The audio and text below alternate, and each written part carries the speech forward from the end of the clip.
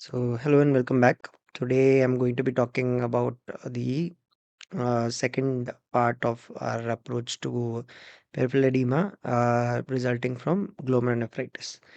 And I've already discussed that it obviously forms part of the mechanisms. It causes peripheral edema by causing oliguric renal dysfunction.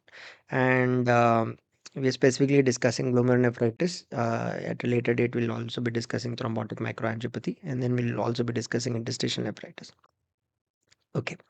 Now, as we've discussed in the previous discussion, previous video, um, obviously, both the glomerulonephritis and microscopic microangiopathic hemolytic anemia have dysmorphic RBCs, and they have WBCs and have some nephrotic range proteinuria.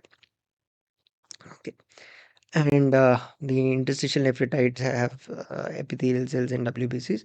And today's discussion is primarily, obviously, going to again concentrate on glomerulonephritis. So this is what we'll be discussing, as we did in the previous discussion.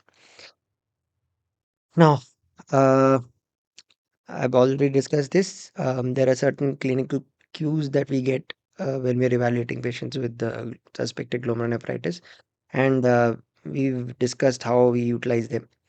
Now, actually, I've covered quite a lot of nephritic syndrome. The previous video on the same was quite extensive. Uh, so we've understood the different pathomechanisms that different result in the common clinical presentation of nephritic syndrome, and I have alluded to how the histopathology may be different. In the next video, we'll be going into the details of how exactly it is different. We've also compared and contrasted between various causes of nephritic syndrome that are typically associated with subnephrotic range proteinuria. Now, we have not discussed nephrotic range proteinuria associated with glomerulonephritis, specifically membranoproliferative GN, with a specific emphasis on C3 GN and plasma cell dyscrasia related GN.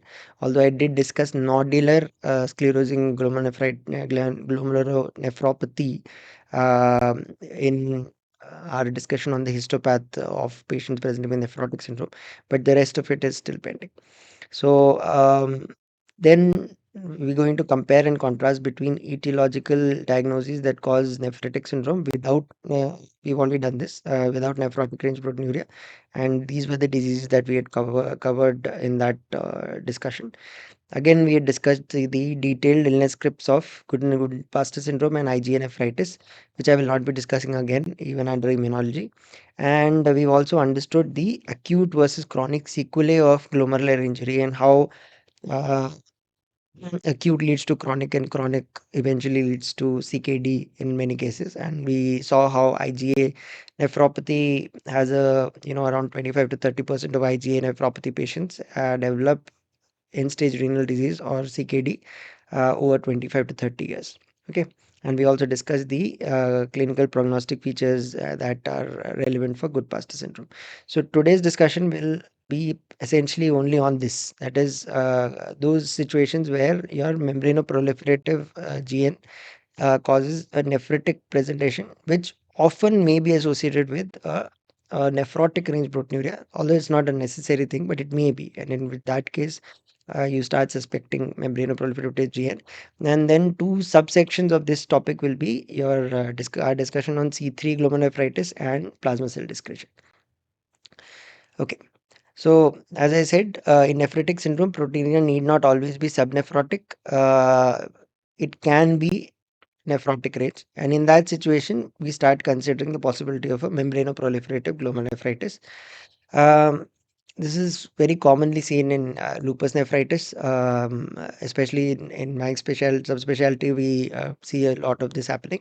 But two important considerations that one must keep, even when clinically suspecting membranoproliferative GN, even in SLE patients, is C3GN and and plasma cell related dyscrasia related glomerulonephritis. So pathophysiologically, membranoproliferative gene can be divided into three types: type 1, type 2, and type 3. Now, this is a pathophysiology or pathomechanism based classification. So in type 1, what we have is we have antigen antibody complexes getting deposited within the uh, the subendothelial compartment as well as the mesangial compartment, causing secondary complement activation, as we've discussed before. In type 2, we have in situ alternate complement activation, and this is either due to an acquired problem or a genetic problem. We'll just discuss that in detail. And type 3 is when neither of the two is there. That is, we don't find any clear evidence of alternate complement activation and or a primary disease that is resulting in it in the MPGN. So essentially, it is the same as type 1, but we don't find an etiology. We don't, so it would could be an organ limited variant of this disease. Okay. Now, what about complement, hypocomplementemia? Now, complements are reduced in up to 70% of cases. So, clinically, if you have hypocomplementemia and you have a nephrotic range proteinuria, I tend to strongly start suspecting that I'm likely to, encounter membranoproliferative glomerulonephropathy or glomerulonephritis in the biopsy. Okay. Uh, so in the biopsy, that is not what I'm looking for. What I'm looking for is whether there is any evidence of C3G or your plasma cell discretions. So we'll just get to that. Now, with type 1, because there is a classical complement activation, there is a reduction in C4 as well as C3. Okay, in type 2, you get a reduction in C3 predominantly, and type 3, you get a reduction in you get a reduction in both C3 and C4. Okay. Now, again, I have discussed this in the previous discussion that see, it is hypocomplementemia that is specific. Whether it is C3 or C4 doesn't really matter. And as you can see, it is the quantum of utilization of C3 and C4 that determines whether they fall or not. So you get essentially in all membranoproliferative disorders because they are chronic. Okay, you get significant hypocomplementemia, and in type 1 you can get isolated C4, and in type 3 you can get isolated C3 hypocomplementemia. But again, this is not necessarily always the case. So what we're looking for is hypocomplementemia. If we have C4 predominant hypocomplementemia, then we start as suspecting all of the diseases that come under type 1. Okay.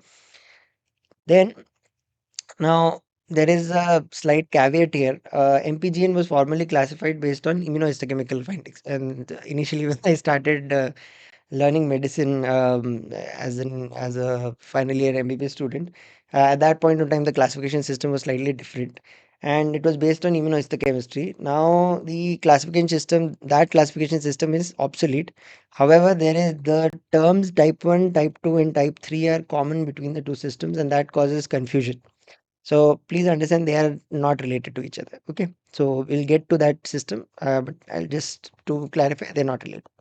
Now, all type 1 MPGN results from deposition of antigen antibody complexes in the subendothelial and mesangial complexes.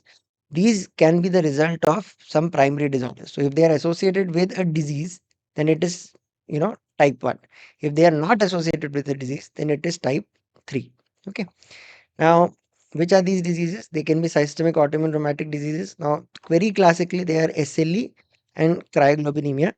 Now, if you recall, these are the two cases where I said there may be isolated C4 hypocomplementemia. Okay. Now, additionally, Sjogren's, and as we know, is common knowledge, Sjogren's commonly causes cryoglobulinemic vasculitis. Okay. Then you can get it in malignancies. Now, here I have mentioned light chain deposition disease, and we'll be getting into this in detail.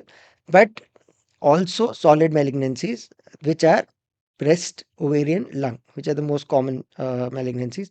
An important thing that you need to understand is when it comes to ovarian malignancies, it is germinal only. Okay, germinal cell origin malignancies only, not epithelial malignancies. Okay, so your yolk sac tumors and things like that. Fine.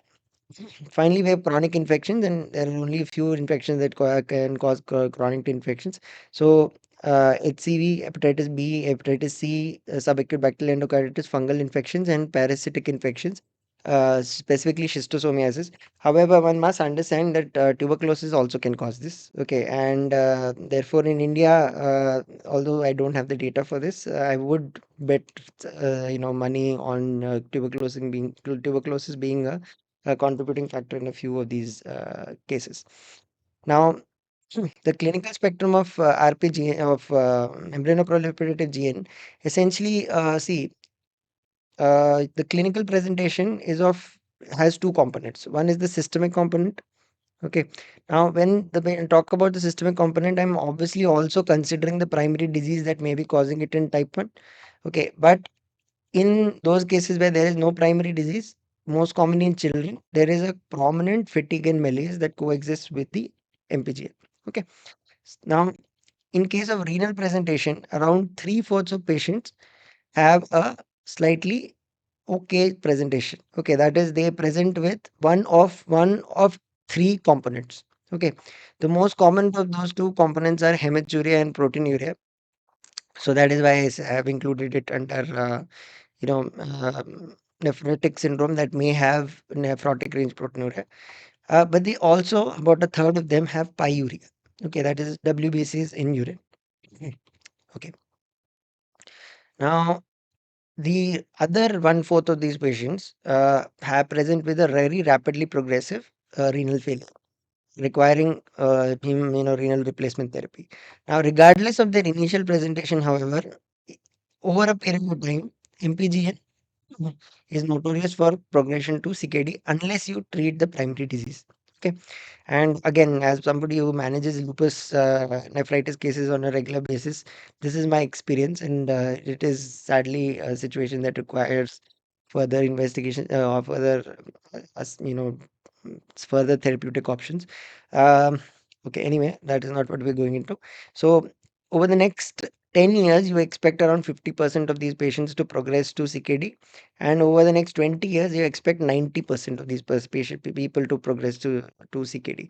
Now, see, the when we discussed IgA, it was only 25 to 30 over 25 to 30 years. Okay, so you can see that the prognosis is significantly worse, and possibly that has got to do with the presence of significant proteinuria. Okay, um, and also the presence of these primary diseases that have their own multiple issues happening that we'll discuss as we get to those diseases in detail. Now, poor prognostic factors are as to be expected: proteinuria, that is if it is nephrotic range; presence of hypertension, indicating that there is chronic glomerular injury resulting in intraglomerular RAS activation and intraglomerular hypertension and systemic hypertension; and obviously renal dysfunction, that is azotemia. Okay. Now, see, the previously used classification system or MPGN was based on the site of immune complex deposition. However, it did not correlate with the underlying pathophysiology and therefore was inadequate in terms of assessment of prognosis. Okay, so it classified MPGN into three types, very similar to our present classification system. Okay, but the problem is that there is no direct correlation between the old classification system and the new classification system. Now, it would be best if I could just get rid of this old classification system. However, if you have a histopath report, often the pathologist, particularly slightly more experienced pathologists, may still number them based on the old system. So I'll just go over it. Okay. So type 1 here is subendothelial deposition. So what does that mean? That means there will be granular IHC, granular deposits on IHC, but because it is getting deposited subendothelial, so you got an endothelial cell here, and you have a basement membrane outside of it, and then you have a podocyte like this. Okay. Now the deposits are getting deposited here. Because they're getting deposited here, when I use immunohistochemistry or immunofluorescence to highlight them, what I find is that the outer edge of these deposits shows a very sharp boundary, or they appear to be very sharply demarcated. Okay, so they're very smooth, and the reason for that is obviously that the basement membrane is there just outside. Okay. Now, type 2 is a glomerular basement membrane pattern only. So, where this is analogous to what we discussed with membranous glomerulonephropathy. Obviously, the clinical presentation in this case is not nephrotic syndrome. It is nephritic with a nephrotic presentation. Okay. And therefore, the morphology on IHC would be linear. Okay. Now, type 3 is subendothelial with subepithelial. And in this situation, you get granular deposits as would be expected. And some of those deposits, because they're subendothelial, will show a smooth outer contour, and other deposits will not. Okay. Now, the thing is, this classification system has nothing to do with the present classification system, and actually has nothing to do with the prognosis of the patient. Okay, so it ideally should not be used, but if you do encounter it, this is what it means. Okay, and please specify what type are you talking about. Are you talking about type based on pathogenesis, that is pathomechanisms, or are you talking about type based on immunohistochemistry? Okay. Now, coming to C3GN as a specific entity. So, like I said, clinically, you can suspect MPGN in patients. That is a combination of nephritic syndrome with a nephrotic range proteinuria and maybe a antecedent diagnosis or a coexistent diagnosis of a systemic autoimmune rheumatic disease or malignancy. So we are suspecting IG. We clinically suspect MPGN. Now, however, on IHC, you find that there is very strong dominant C3 immunostaining. Okay, so such a disease is then has now been clubbed under the general heading of C3 glomerulonephritis. Now, this may or may not coexist with an MPGN morphology. So, C3GN can be a diagnosis that you find incidentally on somebody who is presented with nephrotic syndrome, and otherwise morphologically appears is not compatible with the diagnosis of MPGN. But as I have discussed, so you can have C3GN without MPGN, and you can have C3GN with MPGN. Okay, so this is not very confusing. Is this that C3GN is a histological entity? Okay, a major portion of such histological entities, at least in patient people who are practicing adult internal medicine, is with membranoproliferative gene, but in children, as we'll just see, it's not the case. Okay. Now, C3GN is a histological identity with two possible clinical presentations. One is a dense deposit disease, and the other is your run-of-the-mill C3 glomerulonephritis. So, naturally, in the dense deposit disease, you find dense deposit. In C3GN, you do not. Now, the etiology is what is actually rather interesting. So, etiologically speaking, basically, a large proportion of these patients have a alternate complement pathway activation due to a inherited monogenic defect. Okay, so such mutations could involve the complement factor related peptides 1 and 3. Okay. Now, where these are peptides that form hybrid, more dimers with your complement factor H, and in these people, then they develop antibodies against this complex because these complement factor H related peptides are not expressed in the thymus. Again, I'm digressing from the primary topic. Either way, it is not complement factor H itself; it is related peptides. It's in the same morphological family, type 1 and type 3. Okay. Then you've got mutations in complement factor C3, okay, which results in its spontaneous activation, excessive spontaneous activation. Complement factor B, again resulting in spontaneous complement activation, and H and I, which are the inhibitors of the alternate complement pathway, so their loss of function mutations. Now, you can also acquire a defect in your alternate complement pathway by developing a something in your protein in your blood that binds to and activates C3. Okay, so this kind of a protein is called C3 nephritic factor. Now, this C3 nephritic factor is found in up to 80% of your pediatric or your dense deposit disease cases, and around 50% of your C3 glomerulonephritis cases. Now, the second most common is what we call the C5 nephritic factor. And then there are also around 10% of cases, this I'm talking specifically from an adult standpoint, 10% cases you have C4 nephritic factor, which naturally would activate C4, and therefore the classical complement pathway. And we have antibodies against complement factor H and complement factor B. This is an inactivating antibody, the complement factor H antibody, and the complement factor B antibodies are activating antibodies.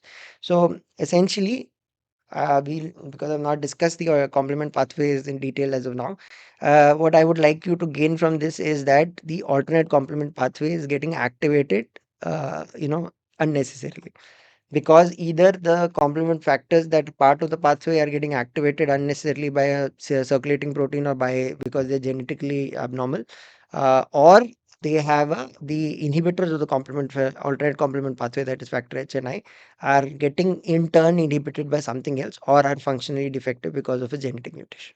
Okay. Now, clinically, these are not. These are actually quite easy to differentiate because dense deposit disease is something that occurs in young children. So it occurs in children and adolescents, whereas C3GN is what occurs in adult patients.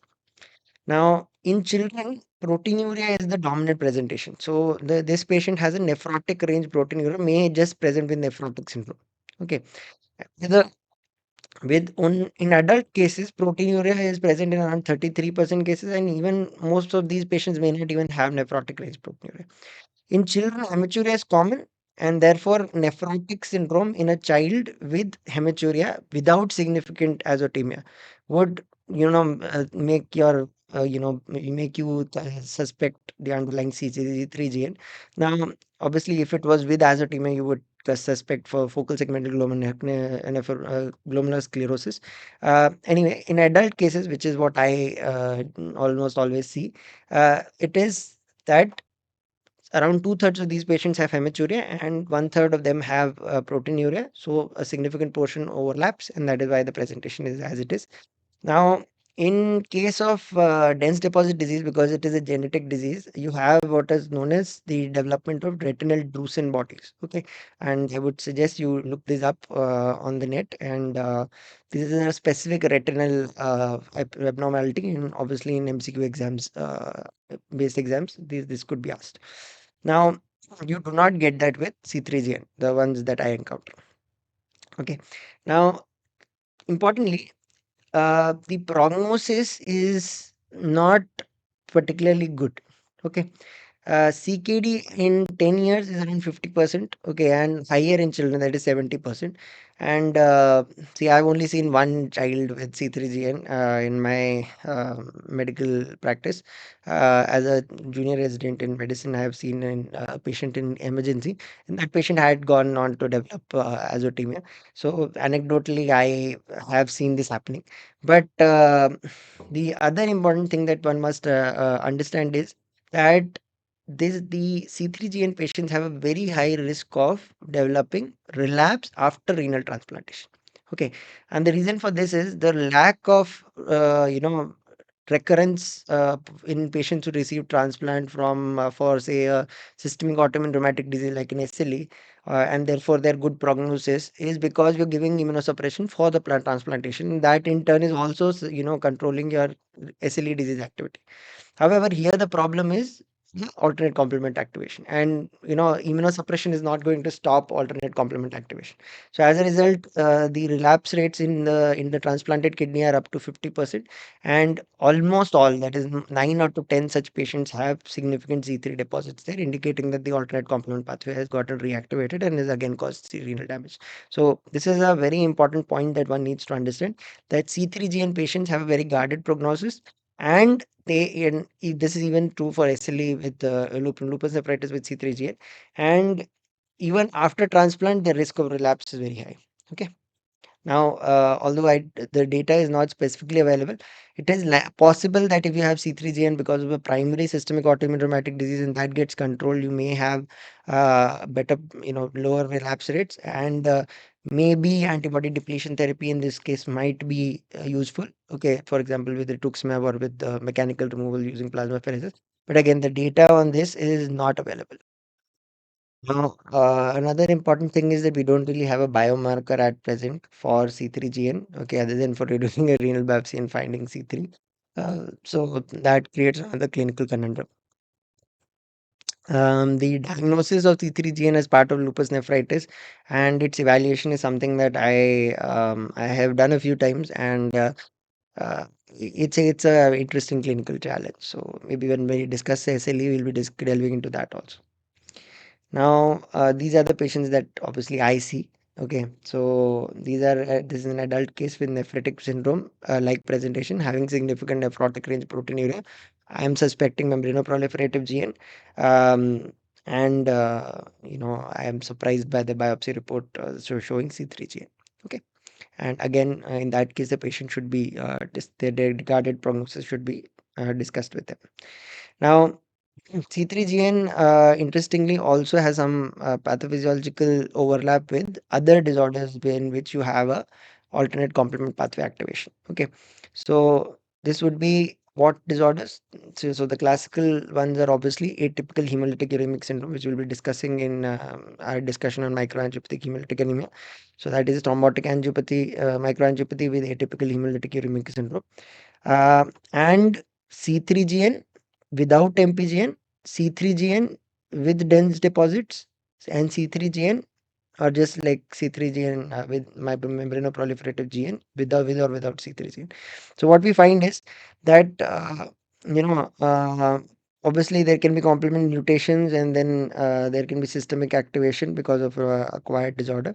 But you find that in case of thrombotic microangiopathies with atypical hemolytic anemia and C3GN without MPGN, you get a lot of very high prevalence of alternate complement pathway mutations. Okay. Whereas with when you have a systemic disease that is resulting in C3GN, then C3 nephritic factor is present. So you get in patients with MPGN, you often have a C3 nephritic factor, and in some patients or slightly lower number, but still a significant number of C3GN with dense deposit cases, you have a C3 nephritic factor. Okay. Now, C3 without dense deposits and without MPGN, nephritic factor levels are lower, and atypical HUS, you never get any C3 nephritic factor. Now, complement levels are, significantly, decreased in patients who have MPGN. Okay, and they progressively increase as you go towards atypical hemolytic uremic syndrome. And atypical hemolytic uremic syndrome essentially has normal complement levels. Okay, so I hope the spectrum makes sense to you. This is important clinically, and it gives you an idea as to the pathophysiology and the types of effects that the mutations are having. Okay, so the TMA with atypical hemolytic uremic syndrome, the mutation is causing endothelial activation specifically in the renal glomeruli, and we'll discuss why that happens during a subsequent discussion on thrombotic microangiopathy. Okay. Now, again in Harrison, it has been mentioned that C3 is low and C4 is normal. So this is another cause, as I've discussed previously, of isolated C3 hypercomplementemia. Now, coming to the last part of this discussion, that is plasma cell dyscrasia associated glomerular disorders. Now, I have in our discussion on histopath of the nephrotic syndrome cases discussed this. So, if you've not seen that, maybe you could. I would suggest you go through the sequence in which that I have used. Either way, I'll just discuss it again. So what happens is you got filtered kappa free light chains, and these kappa free light chains happen to have one of two abnormalities. Okay, so their complementarity determining region one, that is CDR1 region, contains many hydrophobic amino acids. And because of those hydrophobic amino acids, there is a tendency for these kappa light chains to clump together. Okay, and their CDR2, that is complementarity determining region type 2, contains a exposed beta edge, which again causes oligomerization of these kappa chains. So they have a tendency to oligomerize, that is bind to each other and to get deposited. Now, when they get filtered and enter into the Bowman space, they tend to then have this oligomerize and crystallize within the PCT, and that can cause PCT damage, causing Fanconi syndrome, which we will be discussing as part of our approach in our discussion on interstitial nephritis. But in when it gets deposited in the mesangium, what ends up happening is that the free light chains are endocytosed by mesangial cells, using clathrin mediated endocytosis. So this is a clathrin coated pit. Okay, and the free light chain that has been deposited there is getting internalized using that clathrin coated pit, and that is resulting in activation of a specific kinase that is called the ribosomal S6 kinase. Okay. The ribosomal S6 kinase essentially is trying to activate the immunoproteasome, which is something we'll be discussing in detail later. But in that process, in order to activate the immunoproteasome, it has to activate NF-kappa B and CFOS. Okay. which are transcription factors, which we'll be discussing under basic fundamental immune mechanisms, are essential for innate immune and activation, and that ends up transcribing TGF beta in these cells. Okay, that is specific to mesangial cells. It doesn't occur in other places. Okay, now this TGF beta goes and binds to its receptor one and starts signaling.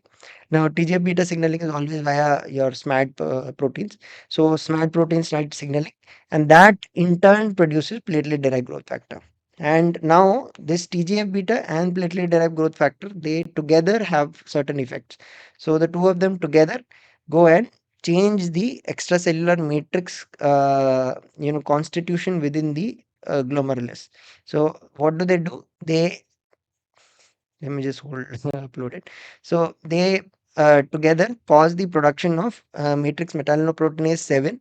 Okay, which is they decrease the expression of matrix metalloproteinase type 7, which decreases the degradation of an extracellular protein involved in maintenance of PCM homeostasis, that is called tenacin C, and they increase the expression of a particular type of collagen type 7, that is your collagen that is like collagen type 1 and 3, collagenous. It is not like collagen type 4, and therefore is not structurally supposed to be there within the glomerulus. Okay, and both of these things result in nodular sclerosis, and I had discussed it in the previous discussion that this is very analogous to what happens in diabetic, nodular glomerular sclerosis. Okay, fine. Now, the thing is, that is not the only way that your plasma cell dyscrasias cause glomerulonephritis. And they don't just cause glomerulonephritis, as we've just seen, plasma cell dyscrasias also cause proximal convoluted tubular dysfunction, and we'll see it also causes interstitial nephritis. So there are many ways in which a plasma cell dyscrasia can affect the glomerulus, the kidney, and then we'll be discussing those as we go along, go on this path towards the way, understanding how various compartments of the kidney can be affected by various pathologies. Now, what I do is as usual, I'm going to have a head-to-head comparison between these diseases. So we've discussed light chain deposition disease. So that is due to kappa light chains getting deposited, which self-aggregate because they are hydrophobic, and this obviously happens in neutral pH. So this can happen, as we've just seen, in the mesangium, resulting in nodular sclerosis. But it can also happen in the glomerular basement membrane. It can happen in the Bowman's capsule, and in that case, we know that it can cause Fanconi's syndrome, and it can later, I will discuss, happen in the glomerular basement membrane, tubular basement membrane. Now, the second thing that might happen is amyloid deposition. Now, what is amyloid? Amyloid is not kappa, it is lambda light chains. Okay. Now, these self-aggregate in acidic pH. Okay. And they therefore then get deposited only in inflamed glomeruli. I will get to that at a later date. Or there has to be another protein that enhances the deposition of amyloid there. Now, once the amyloid has been deposited, it gets deposited in the glomerular basement membrane and in the mesangium, and they activate the RAGE signaling, that is advanced glycation end product receptor signaling, similar to what happens in diabetes. So they can also present with a nodular sclerosing presentation. Now we have fibrillary-immunotactoid glomerulonephropathy. Now these are two actually entities described based on their electron microscopic imaging. So what we find is that you have a amorphous deposit within the glomerulus on light microscopy. Okay, and when you look at it under electron microscopy, what you find is that this is a non-branched, randomly placed fibrils like this. Okay, completely random deposition in and showing no branching. Now, this fibrillary and immunotactoid are basically determined based on the size of the fibrils that have been deposited. So if they are 10 to 24 nanometer in diameter, we call it fibrillary. Okay, and this is associated, and this is an important MCQ question, factual.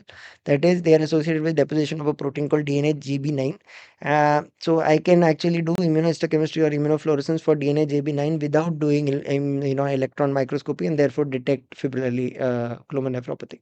So fibrillary is associated with DNA-JB9, not immunotactoid, and this is an important thing. So immunotactoid means it is the size of immunoglobulin, so it is much larger in diameter, that is 30 and more than 30 nanometers in diameter. But again, these are not branched; they are linear, randomly placed fibrils in both cases. It's just the size that is different and the predisposition of DNA JB9. Okay. Now, the associated clinical condition. So you get a patient with this, and the biopsy shows one of these four pathologies.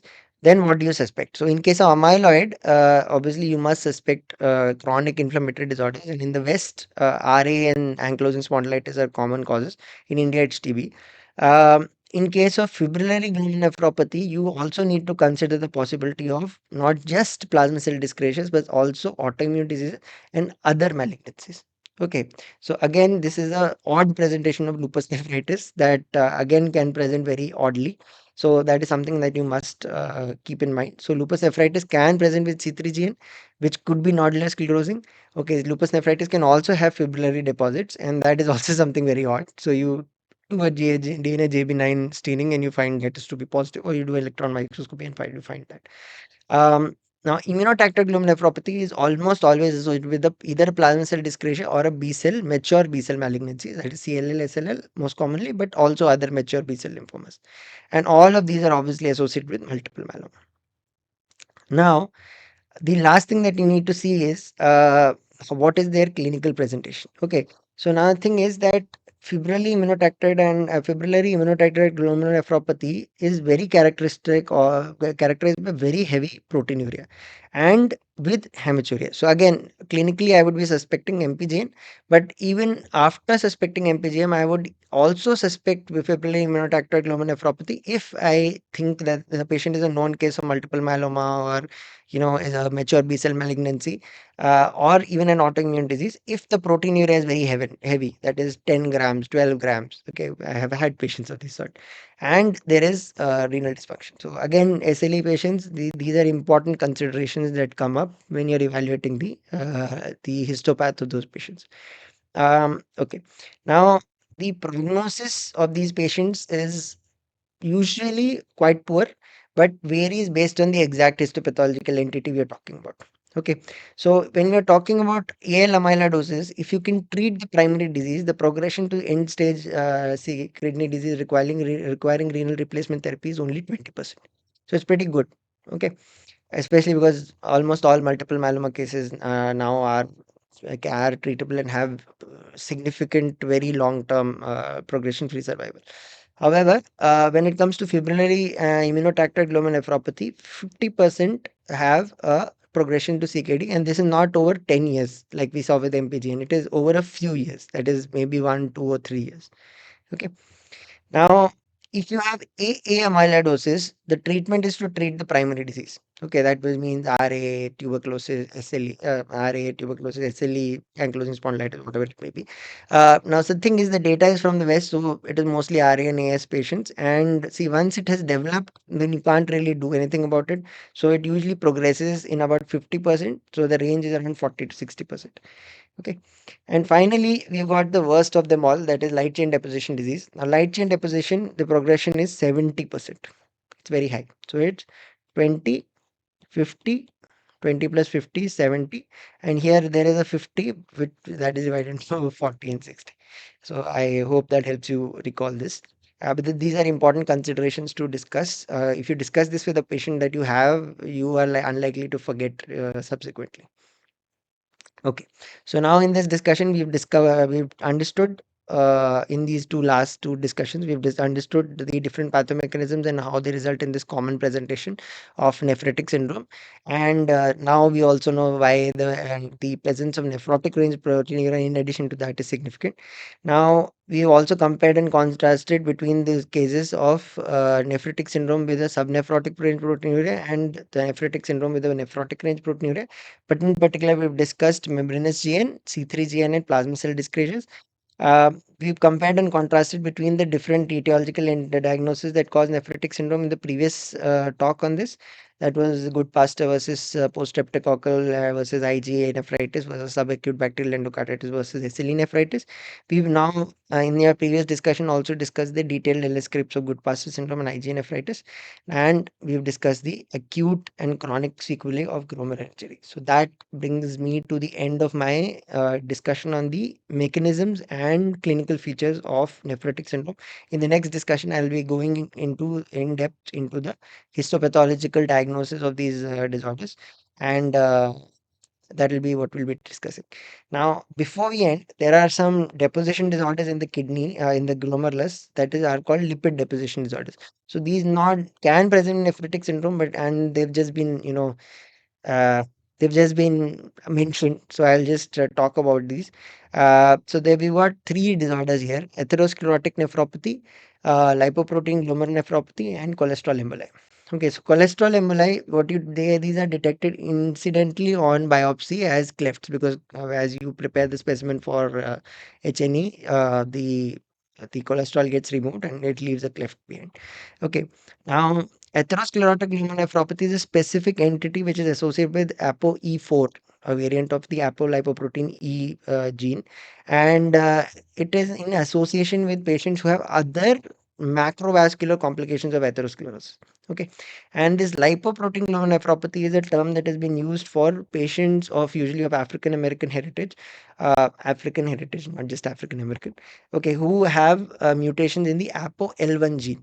Okay, and this is associated with progression to CKD and therefore is a poor prognostic finding, not something that I see routinely in Indian patients, but again is there in the literature, so had to be discussed. So thank you, and I'll see you next time when we discuss the histopath of nephritic syndrome.